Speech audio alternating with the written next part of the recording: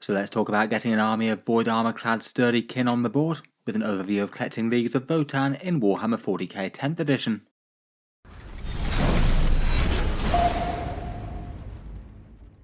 Hello and welcome back to Auspex Tactics, where today we're talking Leagues of Votann, and in this video I thought we'd do an overview of starting collecting an army of kin in current 10th edition Warhammer 40k, and bringing an army of these cloned AI augmented space dwarves onto the battlefield.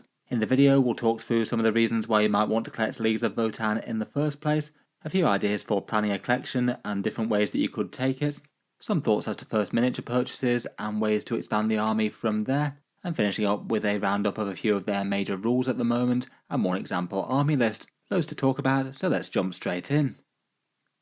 First up, let's talk about why you might want to collect Leagues of Votann in the first place. A recently returned faction in Warhammer 40k that Games Workshop hasn't really said much about since the squats went away in the distant past. Leagues of Votann have recently returned to the lore, and they're basically a race of cloned space dwarves descended from the squats of old in the distant past. Their societies and leagues, organised around great logic engines called Ancestor Core Votann, that run their whole society, produce new kin, whether they're biological or ironkin robots, and typically they're based around the galactic core in the 40k universe. They most commonly make war to acquire resources, defend their strongholds, and settle old grudges, perhaps not necessarily always directly antagonistic to the Imperium, though conflicts certainly happen, but certainly out for themselves and ready to defend their holdings and expand their prospects. Their warriors tend to be far better supplied and clad in fine void armor compared with, say, the likes of the standard Imperial Guardsmen from the Imperium. They generally make use of Imperial-style technology that's gone under millennia of development and further technological progression. High-class bolters, autocannons, plasma weapons and Vulcanite guns often being fielded in their ranks. Miniature-wise, the Leagues of Votann have a fairly small army range, a new faction that came out in late 2022 in 9th edition. Currently they consist of 4 character kits, 5 infantry units after their kill team release, 1 squad of the Hernkin Pioneer trikes, and then 2 vehicles. In general, it looks like Games Workshop might try and expand their range to maybe make them on a similar sort of level to armies like Abmech, Genestealer Cults and perhaps Sisters, but I think it's unlikely that they expand to the sort of numbers of kits as, say, some of 40k's more established factions, such as perhaps Orcs, Chaos or Tau or Space Marines. They're strongly suspected to get another wave of kits when their 10th edition Codex comes out. It's not clear when this will be yet at this point, and I describe their aesthetic as maybe a little bit generic sci-fi compared with much of Warhammer 40k, a bit of a spacesuit and moon buggy kind of aesthetic, blended with a little bit of nods to their dwarven heritage with some runic totem poles and some inlaid gold armor bits, and of course plenty of things from 40k with reinterpretations of Imperial technology. For a quick look through their miniature range, here we have the sturdy Hearthkin warriors, short but chunky battle line troops, equipped with either iron rifles or bolters, and having the option of a bunch of special weapons. Their elite sort of Terminator equivalent style unit are the Ironhear Hearthguard. They pack quite a bit of scary volume fire between grenade launchers and Vulcanite weapons, but can certainly mix it up in combat as well with their exosuits. The hover trike unit I mentioned are the Hernkin Pioneers. They range ahead of the formations and sound out the enemy and have a fair bit of general purpose volume firepower if they get into a scrap. And for some big heavy gun fire support, there are the Brockir Thunderkin, exoframes supporting some fairly devastating weapons, these ones are armed with conversion beamers. For their vehicle range, here's the Sagittor and the Hecaton Land Fortress. The Sagittor is the transport of the faction, where the Land Fortress is more sort of the transport battle tank type thing. Both of them have a sort of moon buggy cockpit type thing with some perspex casing, and mount some high-tech firepower as turrets on the top of the thing. And finally, here's just a couple of examples of their characters. The Carl is the sort of caption equivalent for the leagues, directing them into battle, and the Grimnir is the psyker of the faction, often harnessing the warp to fortify their troops and protected from the threats of the Immaterium by the hovering cybernetic Korth bodyguards he has. Price-wise, I'd say the Leagues of Votann are kind of medium to expensive for 40k, depending a little bit on the current incarnation of their rule set. In 9th edition, they were actually weirdly cheap to collect, given that you didn't get that many models in a 2,000 point army list, just due to how crazily powerful their Judgment token rules were, so their points costs got adjusted accordingly. As it goes for 40k, I'd say they're somewhat sort of medium elite. Lots of their kits have sort of alright points per dollar, but aren't really stand out in terms of exactly how many you get. Plus they don't have quite as many discount offerings on offer as, say, things like Space Marines. though I would rate their combat patrol box as handy enough at least. Sort of middling within the range, I'd say. Not one of the very most expensive factions, but certainly not one of the cheapest either. Currently, rules-wise, so far since their inception, Leagues of Votann have been all about the massive damage. Their rules are currently in Index Leagues of Votann, downloadable from Games Workshop, and their playstyle is generally fairly short-range shooting for quite a lot of units. The idea being that you mark some enemy units with judgment tokens, and then you get big buffs to hit and wound the ones that you have. And if the enemy decides to destroy any of your units, then the units that did so get further judgment, so you get a bit of a grudge mechanic. So you can take out those annoying enemy units with extreme prejudice. Most weapon profiles in their army tend to have slightly shorter ranges than their equivalent in other armies, and anything that isn't in a vehicle or on a bike tends to be really quite slow on the board. No mechanics for advancing and shooting or things like that for the majority of things. But they do have quite a lot of things with scout moves to get set up in a good place prior to that. In current Warhammer 40k at the moment, the league seem to be doing okay, fairly balanced with win rates are around about 50%-ish. I'd say literally all of their units are very usable in competitive lists if you really want to make them work. A few things do tend to get played more than others, but I'd argue that there's nothing that's spectacularly bad. Overall, if you want a race of cloned and cybernetically augmented space dwarves, and just to play with some all-out massive damage, the Leagues of Votann might be for you. If you do choose to collect an army of kinsmen, there's plenty of places that you can do a little bit of research as to getting your understanding of the army a bit better. Early on, I'd certainly take a look at Index Leagues of Votann. That gives you a look at their unit profiles and a bit of flavour text for them, and you could potentially pick up the past version of their Codex from 9th edition if you wanted. They don't have a spectacular amount of canon lore from Games Workshop yet, more just featured alongside other things, so that Codex is one of the main sources currently. Otherwise, for rule support, there's Battlescribe, New Recruit, Warpedia, and Games Workshop's own app for rules and army lists. Lots of places that you can access their rules a bit more conveniently, but everything is free and online at the moment at least. And you could try out the army before you buy, maybe proxy some models or use Tabletop Simulator. Here on YouTube, there's loads of content as well. I've made a Leagues of Votann index overview and a tier list and some army list reviews in the past in early 10th edition. A fair bit has changed since the early 10th edition though. They initially were really quite weak, but Games Workshop got them into a better state by some points cuts and a big boost to their judgment tokens early in the game. It's not hard to find things like battle reports, painting guides, and all sorts of lore on other channels as well. If you just search Leagues of Votann, plenty of stuff comes up. Lots of backgrounds to immerse yourself in the faction. It can well be worth following along on social media as well. Discord servers, Facebook groups, and subreddits. All the major 40k factions tend to have examples of those, and they can be just a nice place to just shadow along and see what other players of the army are talking about, and maybe ask a few basic questions to experienced players if you'd like to. For actually planning an army, I'd think about making a rough 1,000 point or 2,000 point list, just to give yourself some idea as to getting your units together, and a rough idea of what you might be aiming for as an end goal, even if you could adapt it and change things from there. It might be worth having a thought about what sort of Leagues of Votann army you want to wind up ending up with as well. Whether or not you just want to build balance and try and have a good representation of all the factions units that they have to offer, or if you want to try and skew to one given theme of one sort or another. As mentioned, the Leagues of Votann range isn't exactly enormous. I guess maybe themes that you could embrace would be just to go for a full mechanized force or something like that, or just take excessive amounts of one of their support units, whether it's loads of bikes or loads of Einherjar Hearthguard exo armor. I think I'd generally be tempted just to get hold of a bit of most of the things that the army has to offer though, and build fairly balanced myself. You could also think about your army's theming and lore as well. You could create your own minor league or force within one of the great leagues, maybe going by one of the colour schemes as per the core codex. They do have a fair bunch of sub-factions that had some rules in 9th edition, though in 10th edition basically Games Workshop decided that paint isn't going to have any impact on rules. Most of the box art ones are from the mighty Great Arthurian League, one of the biggest and richest out of them. But there's also the red armoured artisans of the Ymir conglomerate with their fancy force shields and things, the hyper-aggressive black and yellow troops of the Cronus hegemony, pushing back with force against any enemies that come into their realms, the nomadic Trans-Hyperion Alliance with their enclaves across the stars, or the tough and stoic Urani Surto regulates with their characteristic green colour armour. I feel like Games Workshop did a good job of starting off the leagues with their own strong themes, though given that Leagues of Votann are a newer army that doesn't really have quite as deep a backstory with their sub-factions as some of the races of 40k, lots of people just choose to go with their own colour scheme and their own lore for their space dwarves.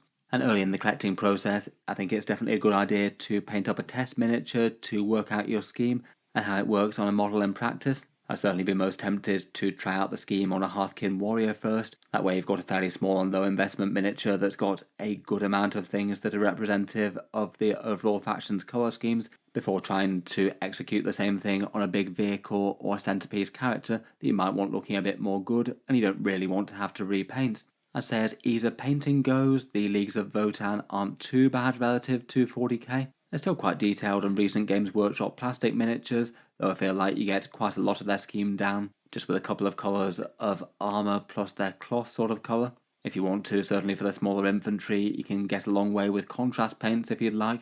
And in general, just having their units not being the tallest miniatures around doesn't hurt on the speed sort of front. One advantage of collecting dwarves, I suppose. There's plenty of good painting guides online if you want a bit of inspiration. Games Workshop made a bunch for the different leagues, such as this one for the Trans-Siberian Alliance that you can see in the picture.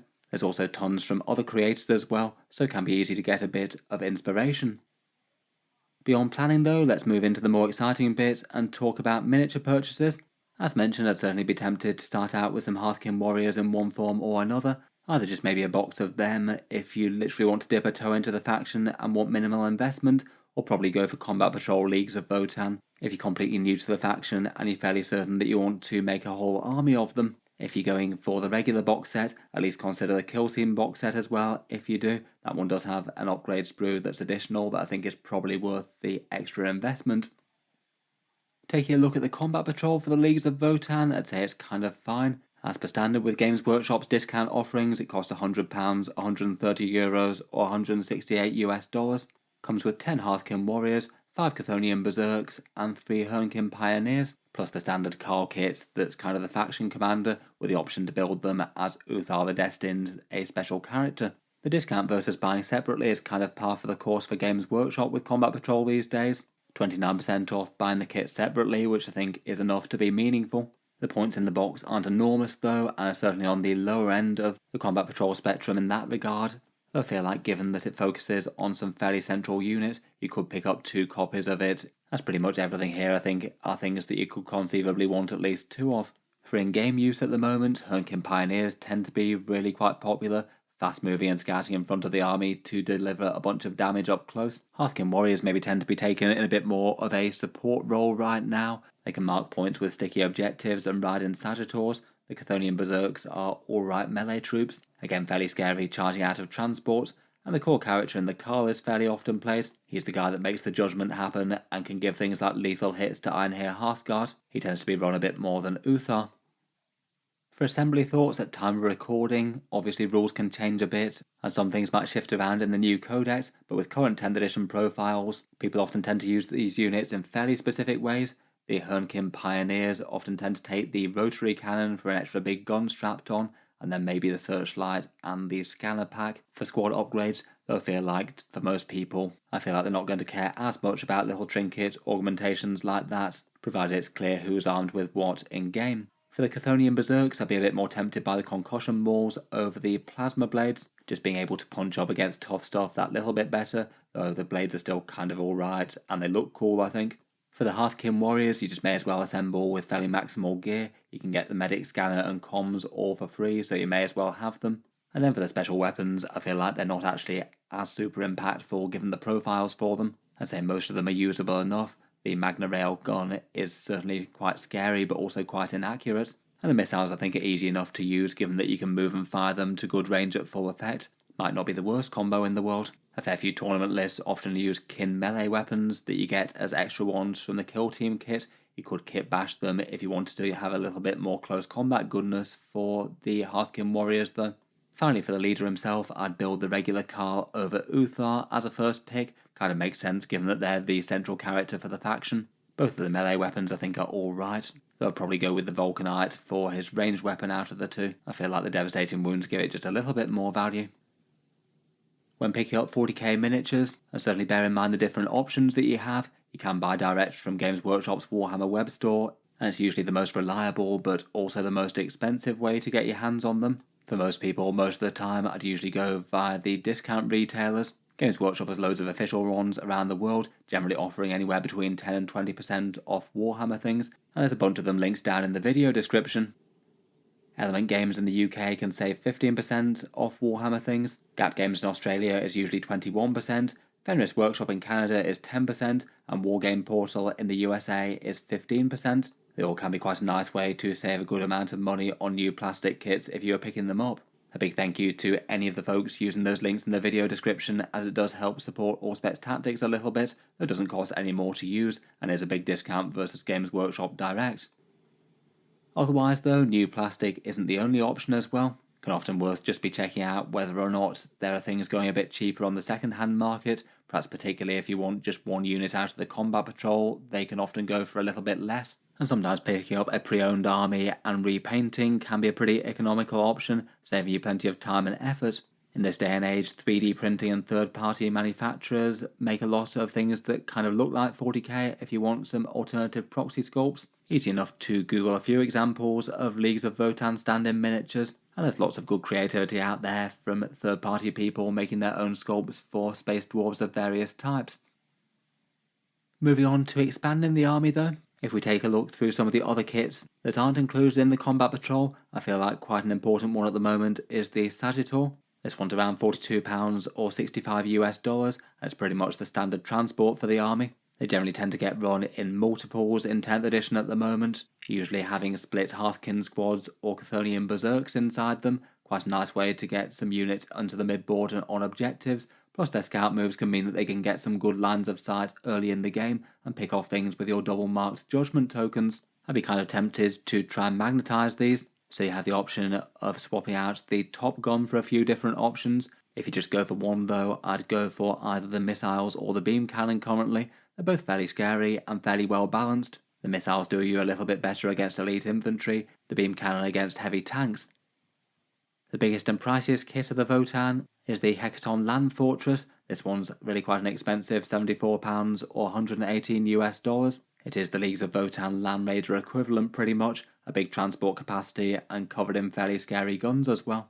Again, they're a fairly common sight in tournament lists, a couple of hulking fortresses to put down some scary firepower, and they're going to take a lot of damage to take out. I've seen most people either going for the railgun or the heavy SP conversion beamer on the top gun, plus some bolt cannons and the scanner pack for a bit of ignored cover. Could be a nice enough option to transport some Hearthguard or have some Chthonian berserks hiding within to jump out. And they generally tend to be quite big and scary targets for stratagems, such as void armor making them spectacularly hard to kill, and a 2CP return fire when shooting, or the scary sustained hits too can both be very nasty. Otherwise, I'd certainly be tempted to pick up some Einhir Hearthguard at least relatively early in collecting. These guys are often used as the big damage punch for Leagues of Votann currently, often with loads and loads of Vulcanite jumping out of Deep Strike with a teleport crest, and then backed up by a bunch of grenade launcher attacks. They can do loads of damage just literally with a shooting alpha strike with the sustained hits 2 bonus. And if they happen to look out and make a charge after that with some concussion gauntlets perhaps, then so much the better. As it goes, they're not an awful ratio in terms of money spent to points on the board as well, better than most of the Votann kits. Otherwise, Brokir Thunderkin I'd rate as an alright fire support unit, not in every competitive list. I'd perhaps be most tempted by the Grav cannons, even if they do have to get up close, they are fairly general purpose. And then they've got the option of a whole bunch of character units. I've seen the Grimnir often fielded solo, sometimes even just on his own in a Sagittor. He isn't awful for a bit of close range damage dealing and a cheap unit.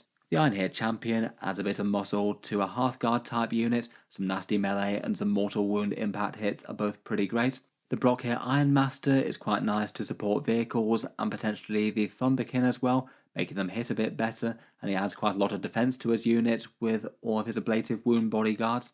And Uthar the Destined himself is maybe one of the lesser played units in competitive play. Casually though, I think he's kind of fine. He is unusually tough, plus his flipper dice to a 6 rule can mean that he does at least a bit of reliable damage, and at 80 points he isn't really all that expensive anymore.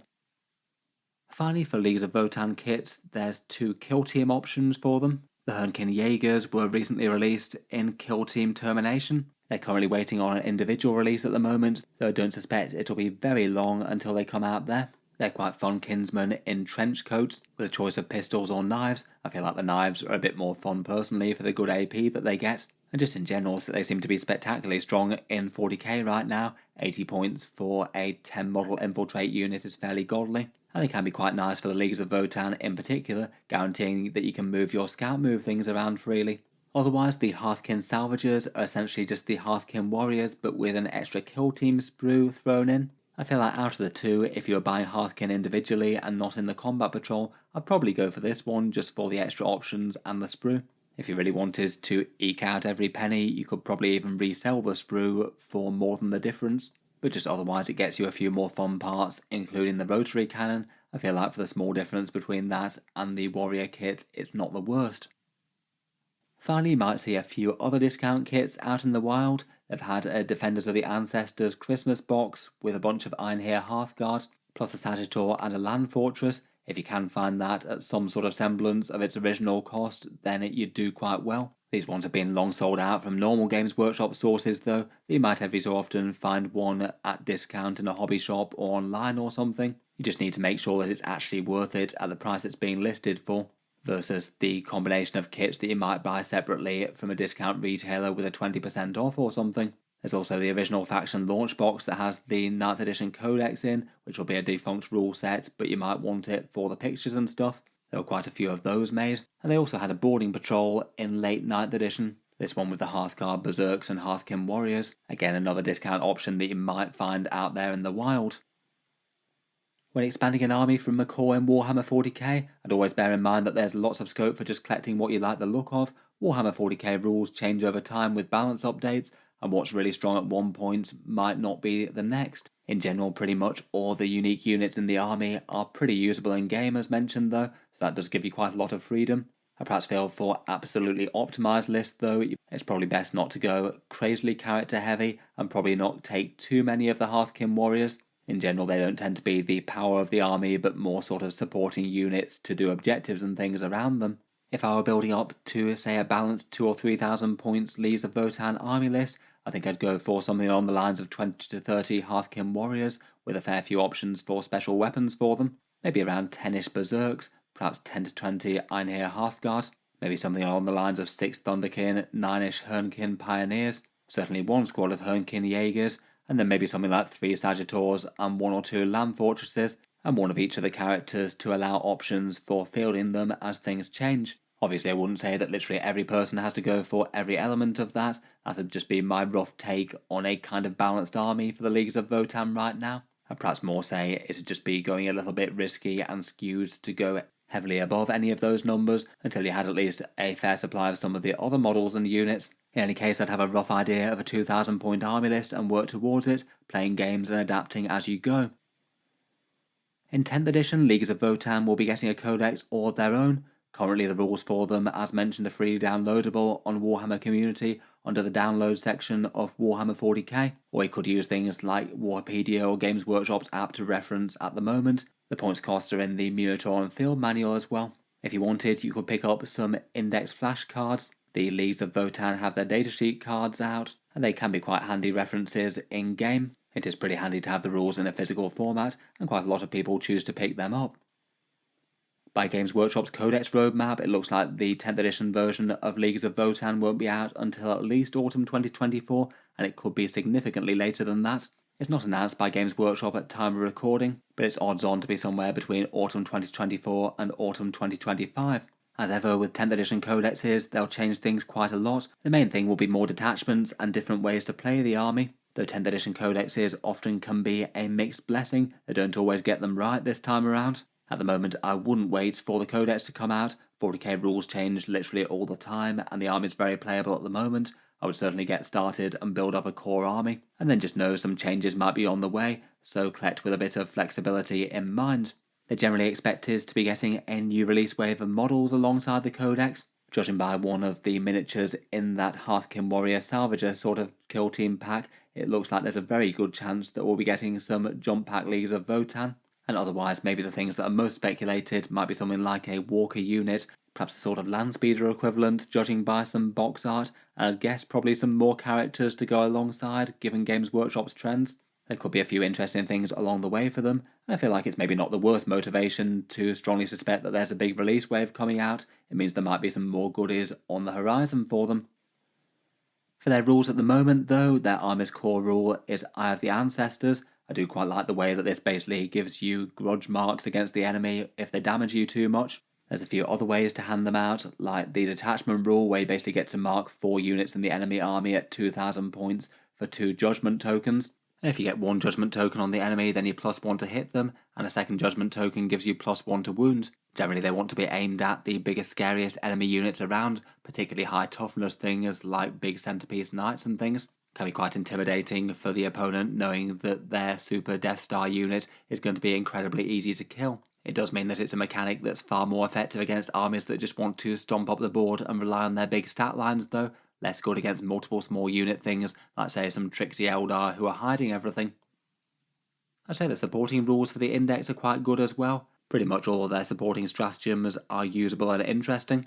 Ancestral Sentence is a particularly nasty one. If you take aim at a judgment token unit, then your entire unit gets sustained hits 2 against them, which is pretty brutal given the buffs to judgment token damage to start with. Can be really nice on land fortresses or the Hearthguard. Order Retreat gives you a lot of flexibility with things getting locked up. You can handily just roll backwards, open fire again, and have the rest of the enemy unit shoot the enemy that was in combat with you. You can potentially even charge something else if it makes sense. And Void Armor is a bit of a reliable favourite. Worsen the attacks of the enemy's AP by 1, really good on Hearthguard or the Hecaton Land Fortress, and particularly if they get cover, means that a lot of enemy AP can just completely go away. Several of their enhancements are pretty fun as well. I think maybe 2 of my favourite ones are the Judgment Token manipulating ones. Appraising Glare basically gets you to choose one of the objective markers that the opponent controls, and everything on that objective counts as having an extra Judgment Token on it, so it just means that you can be extra nasty for blasting your opponent away. And then a long list could be quite a good one to have on a threatening Einhir Hearthguard type squad. If you drop in and then destroy enemy units that had judgment tokens, you can then select another enemy unit that's visible to the bearer to move that token around to. So basically it gives you a nice reward for destroying units that you wanted to destroy anyway. Big Hearthguard units are generally going to be getting kills on the enemy, or if they weren't, then it'd be going very badly indeed. Finally, here we just have one example of a Leagues of Votann competitive list, this one by a Tom Lewis who used it to take 3rd at Darksphere July GT. I felt like it was just quite a nice example of really quite a well-balanced Leagues of Votann army using the majority of their datasheets. It also just happens to use every single unit from the Combat Patrol, which doesn't hurt as well for new players trying to start an army and expand. The list is headed up by a standard Carl with that Appraising Glare trait, and then 2 Einhir Champions, which I guess will be going with the Einhir Hearthguard, maybe jumping out of the land fortresses. 1 takes a hammer and 1 takes an axe, and they can just add a whole load of mortal wounds and big damage threat to those squads. There's then 3 Sagitors armed with beam cannons for some high power anti-tank firepower. They look like they're transporting 2 units of the Chthonian Berserks, and then 1 unit might be splitting the unit of Hearthkin Warriors into, meaning that you can have 2 units with that sticky objectives type rule. Perhaps 1 for a home objective and then 1 venturing forward into the midfield. The 2 scary units of Einhir Hearthguard take Concussion Gauntlets for some damage to melee and Vulcanite for some mortal wound shooting. I guess they're going to be jumping out of the land fortresses judging by the Weaverfield crest. I've seen lots of love for people teleporting them, sometimes via rapid ingress. There's 3 big units of 3 Hernkin Pioneers for some mass autocannon fire. They can get to work on some Judgment Tokens units really quite early and then hopefully get you that command point reward. There's 1 unit of those Hernkin Jaegers to infiltrate into the midboard, and finally a couple of Hecaton land fortresses, each armed with the big SP conversion beamers for some mass shooting, plus some bolt cannons and a scanner, massive threats that the opponent can't really afford to ignore. Overall looks like a pretty strong example of a Leagues of Votann army right now, using pretty much all their mainline units bar the Thunderkin, so a pretty good example of what the Leagues have to offer. In any case, I'll leave that there for this one. Look forward to any thoughts for experienced Leagues of Votann commanders down in the comments below.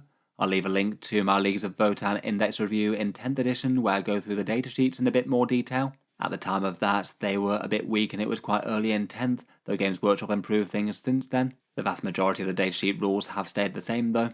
I still think that most of the unit reviews are kind of relevant for how you might want to use them. In any case though, feel free to subscribe to Auspex Tactics if you'd like to see more like this. I'll certainly keep the 40k videos coming, with new ones out just about every day. Finally, if you've been finding the videos useful at all and you'd like to help keep them coming, I would just like to mention that Auspex Tactics does have a Patreon page as well, and you can find that linked in the video description if you'd like to help support and keep the videos coming. Channel patrons do get a fair few advantages, seeing certain videos early, regular votes to see what sort of things come next on the channel, and automatic entry into the regular prize giveaways with a chance to win some big model kits each month. If any of that sounds good to you, or you'd just like to help support, the link is down in the video description. In any case, a massive thank you for listening, and I'll hope to see you guys next time.